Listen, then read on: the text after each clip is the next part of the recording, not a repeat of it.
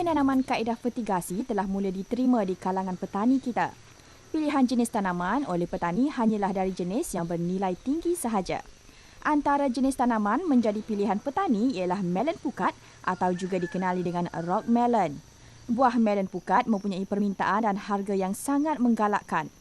Pakej tanaman melon pukat secara fertigasi ini diperkenalkan oleh pengurus ladang yang aktif mempromosikan pakej ini kepada para petani di Terengganu. Para petani yang ingin menyertai pakej ini akan diberi tunjuk ajar bagaimana untuk menyediakan dan menyelenggara sistem fertigasi secara praktikal.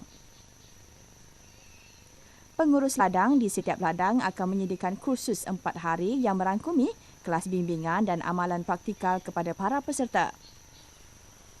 Pengetahuan teknikal ini sangat berfaedah supaya setiap peserta pakej ini akan berjaya dalam usaha mereka. Buah melon yang ditanam di Malaysia adalah berasal daripada kawasan-kawasan di iklim sederhana sebagaimana di Australia, di Jepun, Korea dan juga di Belanda. Dan benih inilah yang dibawa masuk ke Malaysia. Biasanya di luar negara jangka hayat untuk tanaman melon daripada mula menyemai hinggalah kepada menuai ialah sekitar 4 bulan. Namun kerana perubahan cuaca yang panas di Malaysia menjadikan tanaman ini boleh dituai dalam tempoh 2 bulan sahaja.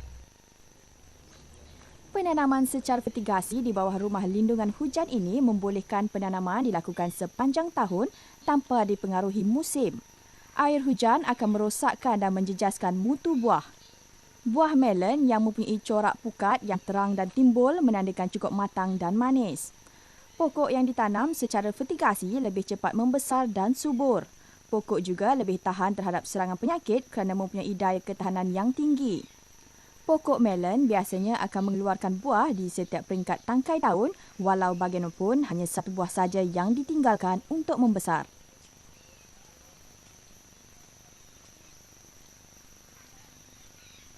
Saiz dan bentuk rumah perlindungan hujan perlu dibina mengikut yang disyorkan oleh pengurus ladang.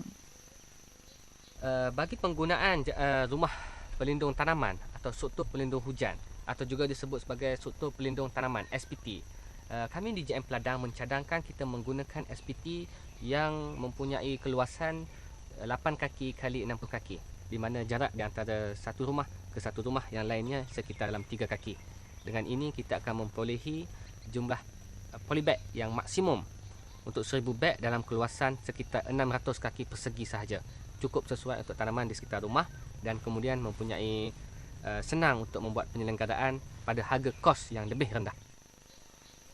Campuran baja khusus dibekalkan kepada pokok menggunakan sistem pengairan titis. Bancuhan baja cecair dibancuh dalam tangki dan disalirkan sewaktu siraman. Penyiraman dilakukan 5 kali sehari secara automatik sebagaimana yang dilaraskan pada alat jangka waktu. Kaedah ini sangat efisien dan menjimatkan tenaga. Larutan baja dititis berhampiran bahagian akar setiap pokok dengan menggunakan muncung saliran titis.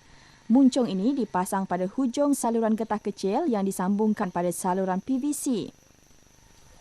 Pakej yang ditawarkan oleh pengurus ladang sangat meyakinkan peserta kerana selain memberikan kursus, lawatan ladang serta khidmat nasihat juga diberi dari masa ke semasa.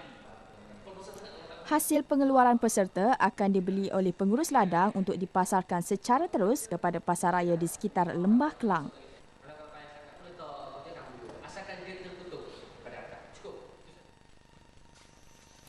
Pemangkasan tunas air perlu dilakukan untuk mengurangkan jumlah daun. Amalan ini membolehkan nutrien dapat ditumpukan kepada pembesaran buah. Pemangkasan juga dapat mengurangkan serangan penyakit kulat kerana terdedah kepada cahaya matahari dan angin. Purata berat buah yang dihasilkan mencapai 2 hingga 2,5 kilogram sebiji.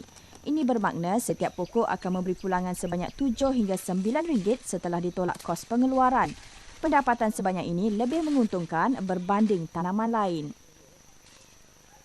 Tanaman melon tidak banyak musuh perosak. Pada peringkat awal, serangan kumbang apogonia sering merosakkan pucuk muda. Populasi yang rendah tidak memberi ancaman serius terhadap tanaman. Satu lagi musuh yang sering menyerang tanaman melon ialah kutu apit. Kerosakan oleh kutu apit sangat minima tetapi najisnya akan menggalakkan pertumbuhan kulat yang akan menghalang sinaran matahari pada daun. Akibat dari halangan ini, ia akan merosakkan klorofil daun dan akan menjejaskan pertumbuhan pokok. Tanaman melon mempunyai masalah penyakit yang sama dengan timun iaitu kulapuk dauni dan juga rebut akar. Serangan penyakit ini boleh dikawal dengan menyembur racun kulat benlit sebaik saja tanda serangan dapat dikesan. Semburan perlu diulang seminggu sekali sehingga tidak terdapat sebarang tanda serangan.